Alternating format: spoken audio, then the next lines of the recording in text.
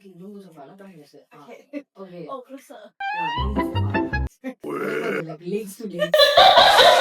Hey guys, welcome to episode 5 of the DNF Duo. I'm Sangeeta. I'm Anjali. And we're going to be breaking down everything that took place at the Canadian GP last Sunday. I mean, what a freaking insane race was it, Anjali? It was crazy. I think it was the whole weekend was just chaos, entertainment. It was just insane. Like it was a really, really fun weekend. Like I enjoyed everything throughout the weekend. Wait, did you watch the entire race or were you like, did you make it to the entire race? I Because it was tried- 4 a.m. for our time, by the for way. our time it was Was it 4 4 a.m. a.m.? Yeah, it was 4 a.m. So Yeah. I woke up an hour late. So I watched at 5, but then I made it a point to watch it the next day. So I watched the entire thing the next day. Even though I knew the results, I was like, nah, I need to watch the whole thing. And it was absolute chaos. I wish I'd somehow woken up and watched it for it. Because, I mean, can we talk about how the sprint in the Canadian GP really showed the Mercedes rivalry between George Russell and Antonelli?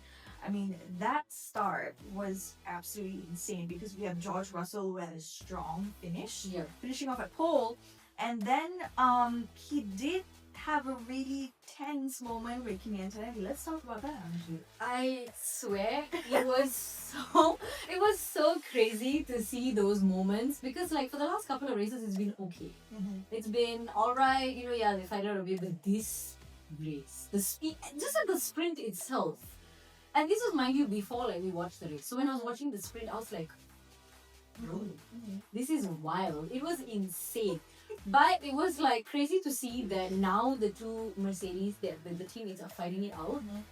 And then you had Lando Norris there, like, He was just let me just use this to my advantage. And he himself, actually his McLaren this weekend was really strong. For the sprint, he was really strong. It was really nice to see the pace they had and everything. just like you said in our last episode. But honestly, I think the most entertaining part was watching the two Mercedes drivers fight it out. Like that was highlight for me, honestly. No, 100%. I mean, Antonelli was all over Russell during the first few laps, and then we had the two Mercedes drivers wheel to wheel. Yes. And during the sprint, there was a moment where, if I'm not mistaken, Antonelli flew over the freaking grass or something. Yes, he did. He went on the gravel, and I was like, okay, because they just kept fighting it out. They were just like, nah, I need to be the first. And it was at that exact moment that allowed Lando Norris to kind of sneak his way through. It was He like, you know what? These two are fighting out. Let me just make my way in. exactly. Let me You just know? slither myself here and plant myself there. I mean, of course, my highlight was like, what's that total kind of telling Antonelli, like, focus on the race. Focus on the Don't race. speak about this over the radio. We'll talk about this offline or whatever later. Just focus on the race and like you can just imagine. Come on, this guy is like what? Antonelli's like what? 19. 19. Yeah. He's young. He's full of energy and he's like energy, and he's stressed, full of fire, and he's like, I need to rant. Mm-hmm. You know. So of course it's only normal that he's on the radio like ranting like that. But it was kind of funny to see him to be like, don't worry, we'll take this offline. With his like accent and everything. It was really funny. I do have to say though, like, seeing Russell and Antonelli reminded me of the good old days of Lewis Hamilton and yeah. Sorry, I'm hesitant to say that name because like Yeah, everyone's hesitant to say my name. you know. You know. If you were there, you were there. Exactly. But let's talk about that. Like, could that possibly be the beginning of a season 2 long rivalry? I think it could be because like I saw a bunch of like I was scrolling on TikTok. Okay, TikTok is like so I was scrolling on TikTok and then like after this particular weekend, right? Everybody had done comparison videos to the time. I think it was in 2016, then 2016 or 2015 when the rivalry had started. The infamous rivalry between Lewis Hamilton and Nico Rosberg. And whenever the both of them were on the podium, Mr. Sebastian Vettel was there as well. Wait, and now Sebastian Vettel is Lando Norris. So now somebody like compares them where it's like Kimi Antonelli, George Russell, and then Lando right there. Oh my god, you're so right. It was so hilarious. I'm just like, guys, oh I my have god. seen this chapter Yes, before. we have all seen. If you know, you know. You've seen this happen. So Lando is there, like if you see when they're after the sprint, interviews, he's just there laughing, and you can just see George Russell and Kimi Antonelli so serious. Honestly, flashbacks of Lewis Hamilton, Nico Rosberg, and Sebastian Vettel, because the smile that Lando Norris gave was so accurate to Sebastian Vettel. It was hilarious. Oh my god, I mean, I have to say though, like Antonelli does have the aggression, the confidence to win, and the fact that Russell and Antonelli are in the same cars together, Yeah. right? It, like what you said, does remind us of Nico and Hamilton back in the day. But yeah, fun times for Norris, I guess. Yeah, Norris is just like, yeah, this perfect for me. perfect for me. And also, let them breathe. We're gonna be diving right into it. After this. So actually, after the sprint drama between the Mercedes teammates, I mean, qualifying somehow turned up the tension. I mean, we had George Russell snatching up pole position right at the end of Q3, and Mercedes locked out the entire front row with Russell and Kimi Antonelli at P1 and P2. They were insane this weekend. And also Russell, like, I think he got pole position at a really good time. It was Yeah. like, what, 1:12.5? 1:12.57. Yeah, that is crazy. When you look at all the other drivers' timings, that is wild. He was ecstatic on the radio after he got scored the pole position. He was so happy because we have seen Kimi Antonelli back to back like, for the last 3 to 4 races, back to back scoring pole position and winning the race. So for George Russell to come in and be like, nah, this time it's mine. It's mine. All mine. It did feel like his, although I have to say it, okay, in a way I do feel bad for Russell. Yeah, I do feel that. Because it's like, can you imagine being in the team and then after that you're like, you think, okay, this is my year, and then you have your younger teammate just coming in and winning the last 4 races. No, it does remind me of Van Hamilton. It- You know? It's like it's you 100%. love them both, but at the same time, it's just what it is. It is you what know? it is. It's just But what it is. Yeah, I mean, exactly. I do want to highlight. I mean, Russell did deliver an incredible lap time He did. against Antonelli, and speaking of his lap time of 1:12.578, Antonelli missed up by just 0.068 seconds, and this happened to be Russell's third pole position in Canada, just after qualifying. Oh wow, that's insane. Damn, I did not know that. Wow. Shit! That is insane. Well, I guess Russell is very much strong in this. He was. Yeah. He was before we get into the race. Yeah, before we get into the race, guys.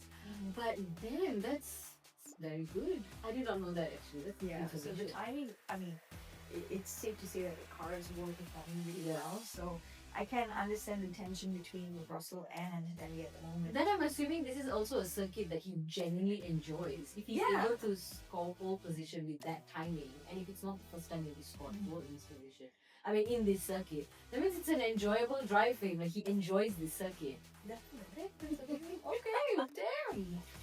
And also, we'd also like to highlight that not only did we have a back-to-back Mercedes, What did we have? but we have a back-to-back McLaren with Mhm. P3. Lando Norris scoring P3 and Oscar Piastri scoring P4. Like I said, once again, whatever Anju predicts, I'm not saying everything comes true. Not everything, guys. but Yeah, safe to say. And like I said, when I did say that, like the- 95%. yeah, when I wanted the McLarens up there, I didn't say, oh, they're going to be back to back and they're going to qualify right behind each other. Like, I didn't expect No. that. But damn, to see both McLarens up there was really nice, especially given with how they started off the season and to see where they are now. It was a very enjoyable qualifying, and I agree completely. unfortunately not the case for Ferrari. Not the case for Ferrari. I mean, Lewis Hamilton qualified P5 despite abandoning his final lap after a small little mistake. And then we had Charles Leclerc, who only managed to secure P8 and looked pretty frustrated after Yeah. qualifying. And then, I mean, yeah, they had moments of pace, but not really quite there yet, from what I feel. No, I feel the same because, Mm. like I said, guys, if you watched it early on in the season, you saw where they were. Where they were is where the McLarens were right now for this Oh my particular circuit. So it's like, Oh. where did your pace go? Excuse me. Because I know as much as, yes, seeing Lewis in P5, as Hamilton fans, you're happy because we know the horrifying things we had to go through last year.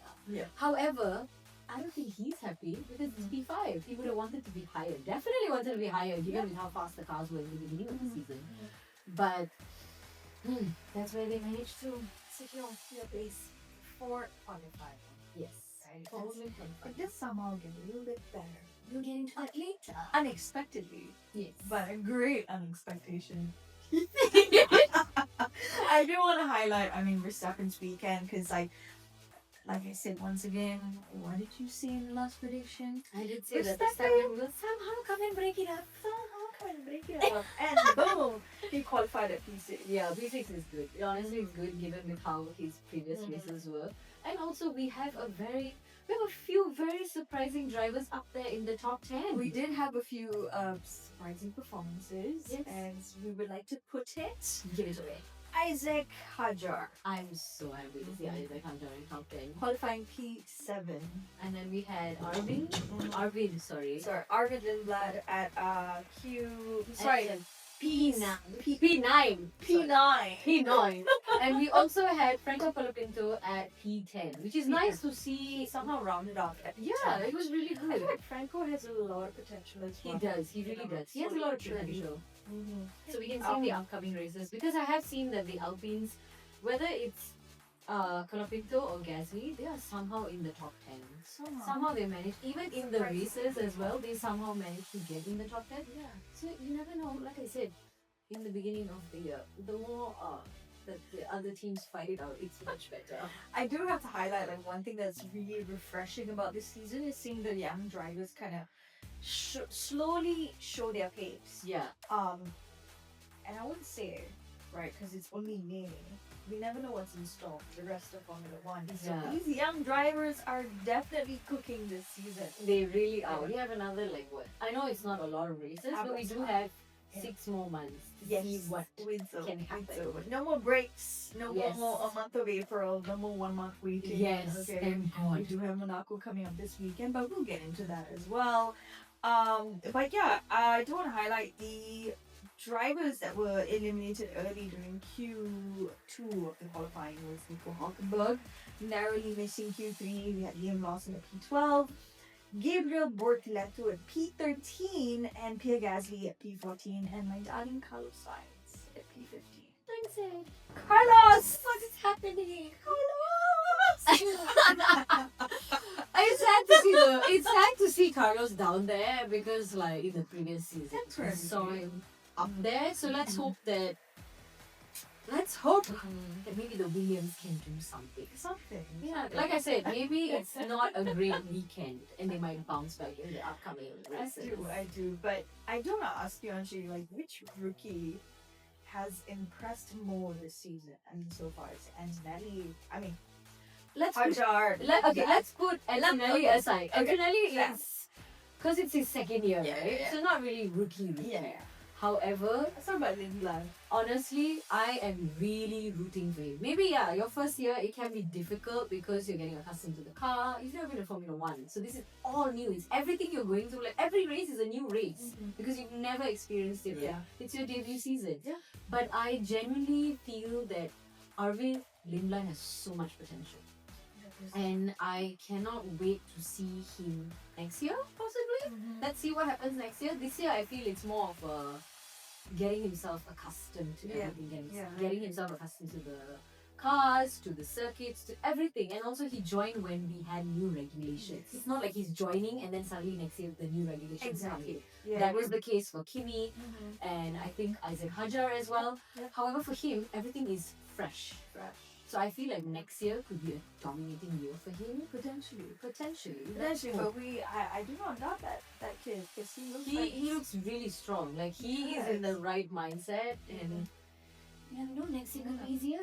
These young drivers do look hungry. If you could say. Very. But I do have to say, after Mercedes locked out of the front row and the tensions were already kind of boiling, the main race day. Yes. The main race day. I didn't even wake up, okay? I couldn't wake up. I was working the next day. I woke up an hour earlier, watched for 10 minutes, and I was like, nah, I can't focus. I'm gonna go back to sleep. I'm gonna watch it tomorrow. Okay? And when I watched it, guys, you will hear my thoughts in the next segment. It delivered absolute Exactly. madness, and we're gonna jump right into it right after this. Now into the insane race that was the Canadian GP. I mean, after the sprint controversy and Mercedes front row lockout in qualifying, the main race became absolute pure cinema. It was Actually, pure cinema. I have to say that Kimi Antonelli did win, right? Like Anjali predicted. And I did say if he didn't win, he would still get P2. But he was up there. So he won. Podium. Crazy. Yeah. Honestly. Very crazy. Predict. Let's not get out of Formula One. It felt very nostalgic. Let's get into the Mercedes battle. Russell started from pole and immediately came under pressure from Antonelli because they were literally wheel to freaking wheel. They did, like, Antonelli was like, no, there's no way. I need to secure this win. I already didn't get my pole position. I need to secure this win. And that was what was happening for so many laps before, of course. Yeah. You know. But I do have to highlight like peak moment of the Mercedes battle was Russell and Antonelli wheel to wheel at lap 24. Yes. Right? And obviously he briefly overtook off track and was told to hand the position back, which he did. Yep. And it generally, like I said, like we said previously, felt like a Hamilton moment. Are you all getting any nostalgic moments? Oh, I just felt I was in a time machine. Not Yeah, that I've well, been here before. I've seen this all play out. But the thing is, right, it was very unfortunate though that George had to, you know, retire his car, because I saw it literally happened right after he went into the gravel. He drove off a little and then his car just stopped. So I can't imagine how he felt standing there behind the barrier looking at his car. I mean, you all saw he literally threw off his what do you call that, the neck rest? Yeah, the neck rest. He literally threw it off and also got fined for that, mind you, which I felt like 5,000 euros. I felt like that was a bit 5,000 euros. I feel like it's a bit unnecessary, but Jesus. I get it because you literally thrown something on the track. I get it, but I also get in the heat of the moment. He's pissed. He's of course pissed. He's angry. But it was very unfortunate that he had to retire his car due to that. And then obviously that led to Kimi Antonelli winning the race. Which he did, like he predicted once again. This was definitely his fourth consecutive win at the Grand Prix.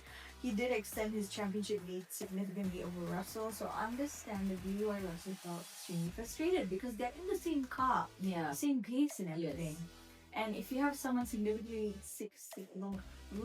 It's okay. Significantly. I got you.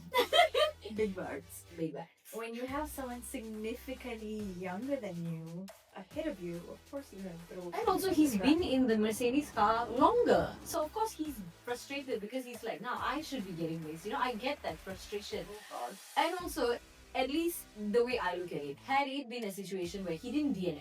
Yeah. Okay, he didn't DNF, but he finished the race. At least he would be closer in points. But however, because he DNF'd, there's no points anymore. You know? So like Kimi now has gone up. And he's a little bit, even though yes, it's still 1-2. It's still Antonelli and then Russell. Yeah. But like Antonelli's points now, there is a gap. Yeah. Given if Russell hadn't DNF'd. You know? So I get the frustrations. He even came on after the race interviews and said like it was not a good weekend. Like it is what it is kind of situation. I mean, Antonelli did say word for word, like it wasn't the way he wanted to win. Yeah, he even mentioned it. Yeah, because of Russell's retirement. But like I said, it's unforeseen. Yeah, you can't give. Could it be that Russell maxed out of luck? Yeah. No pun intended. No pun intended, guys.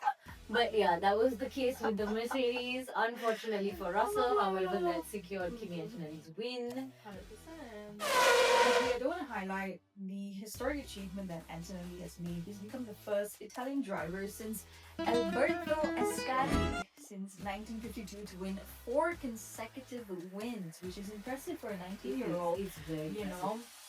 But I do want to also highlight Ferrari's very strong weekend. Let's get into it, girl. Take it away. I'm so sorry, I have to say this. To see Lewis up on that podium, It was so freaking good. And again, okay, look. First of all, to see Lewis up on that podium for P2 and to also see Max Verstappen on that podium. I feel like that podium was beautiful. It felt like another podium, like, do you remember China, where it was Antonelli, Russell, and Lewis? Yeah. It felt like that same sequence again, but with Max there because. Like Avengers Assemble. Yeah, exactly. Because like this was Max's first podium of the season. Yeah, it was. So I didn't know that. I didn't click until I watched the after race interviews and literally when they were up on the podium, right? And he said like, the interviewer said like, how does it feel and all that stuff. And I'm like, oh my god, like this is his first podium of the season.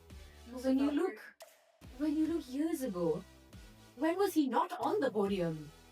You get what I mean? Yeah. So to see that, it felt so. I just loved it. As much as like, yeah, we know that Lewis and Max have a lot of like, battles and rivalries. But I think Formula One would be Formula One up to that. Yes, on their rivalry in 2021.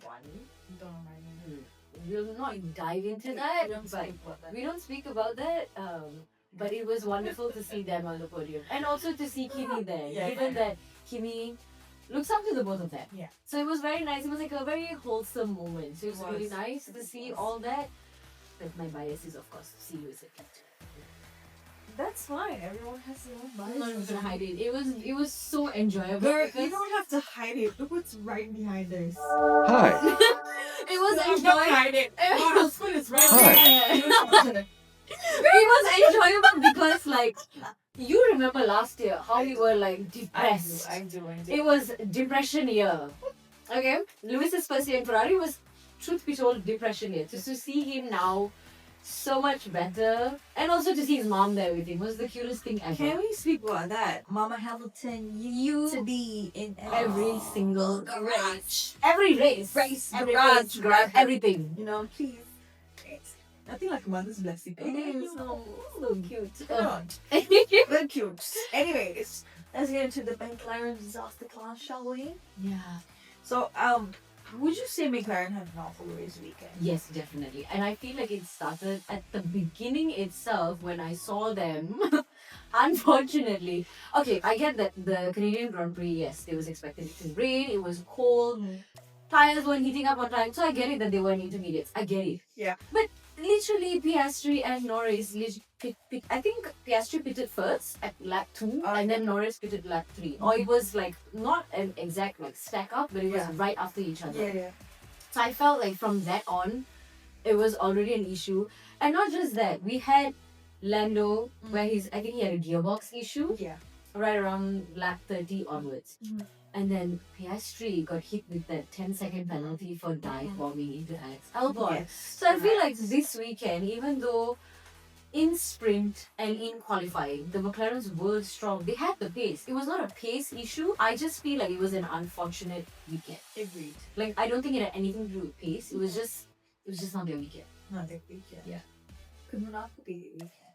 It all depends on where they qualify. That's all I will say.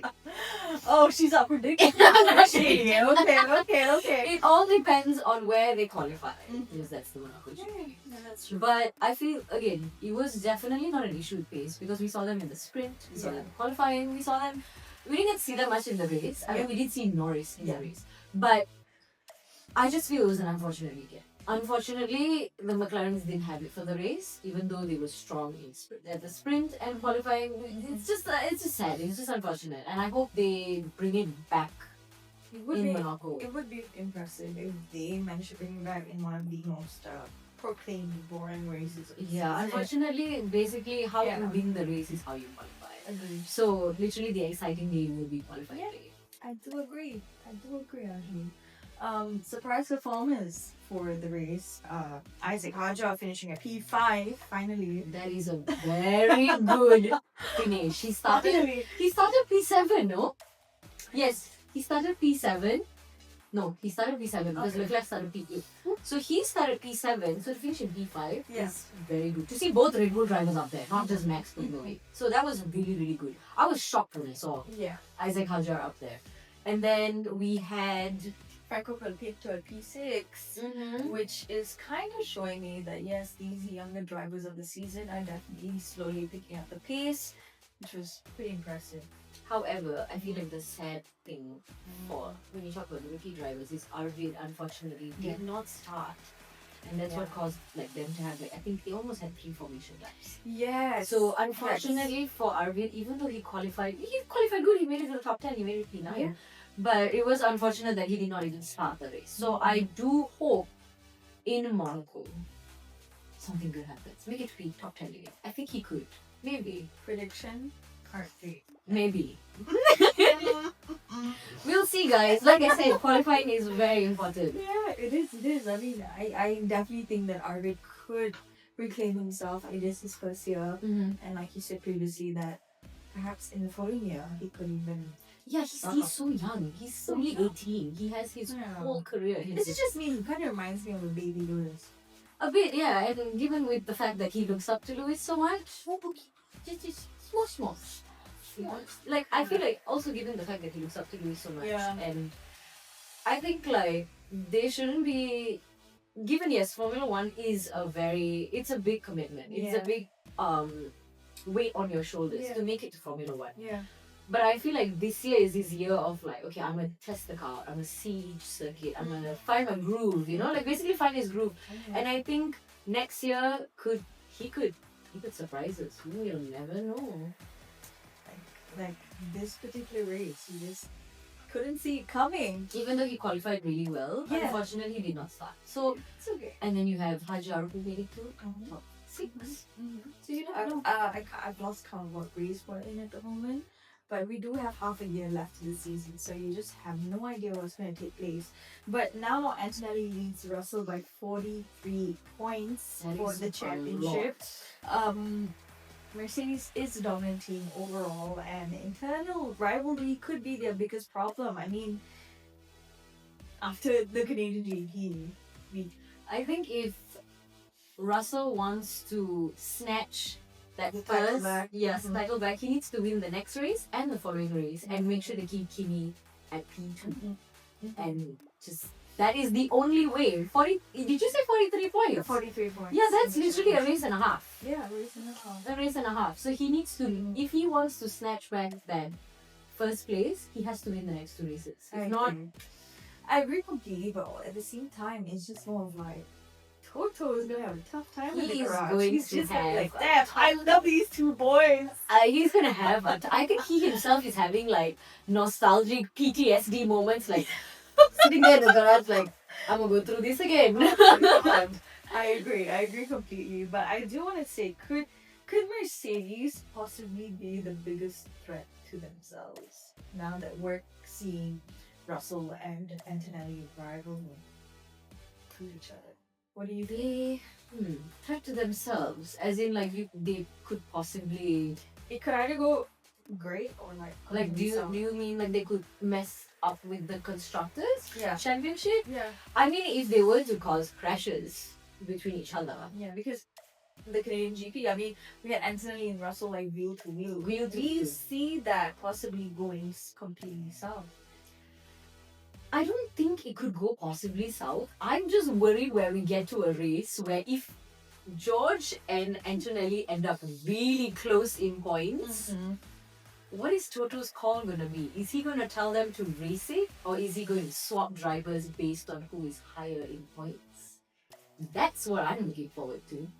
Because we do know that when one of the drivers does have, not significantly, but has higher points than the other driver, they could do the swap of positions so that the driver could win his championship. We've seen it in the past. So I'm waiting for a situation or an event where that situation is dropped in Toto Wolff's head. What is his call going to be? Because we saw it with the McLarens. The McLarens say, oh, y'all race it out. Was it last year? Yeah, last year with Oscar and Lando. Yeah. Is Mercedes gonna do the same thing? Because Toto Wolff will have a very difficult decision to make then. Basically another Nico and Lewis. Yeah. I mean, that's going to be a very tough call. That is actually what I'm looking forward to. If they get really close in points. I'm scared. I'm worried. I'm scared. We just have to We just have to see what happens in the next half of the season. Now that we've covered Mercedes, now let's move on to Ferrari. Like, do you think they're closing the gap? I think if they Potentially. yes, because we saw Leclerc potentially. Because you see, as much as Leclerc qualified P8, he made it to P4, guys. He's right behind Max Verstappen. Yeah, he's right behind Max Verstappen, and we have Lewis. this weekend's win. This weekend's win, yes, and we also have Lewis in P2, like we mentioned earlier.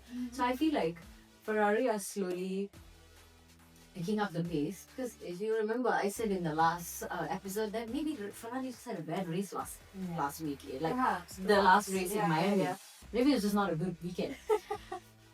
And then here we have them there in top 6. So maybe we have to see in the upcoming races, because I feel like this was the sweet spot for the Ferraris. Like their pace was really good. They can bring the same pace or even better, like extract more from the car that makes the car faster. You never know. Well, if anything that the Canada GP has taught us, that the title fight has officially become extremely personal. So I'm excited to see what the Monaco GP is going to unfold for us in the following weekend. I feel like the Canadian Grand Prix was what we were waiting for. I felt like the Canadian Grand Prix was so chaotic. It was so much fun. Not just the race, the sprint, the qualifying, everything. and the race. Honestly, everything. I felt like if I looked down at my phone for a split second, something's gonna happen during the race or qualifying or sprint. So I was just like glued to my TV. But it was fun, and we will see you at the Monaco GP. Yes, we will. And also, if you missed out on our teaser, that's where Anjali predicted what's going to happen at the Monaco Grand Prix. So if it takes place, you will see a snippet of that on our episode 6. Thank you so much for watching. My name is Sangeeta. My name is Anjali. And we'll catch you in episode 6 of the Monaco Grand Prix. Bye!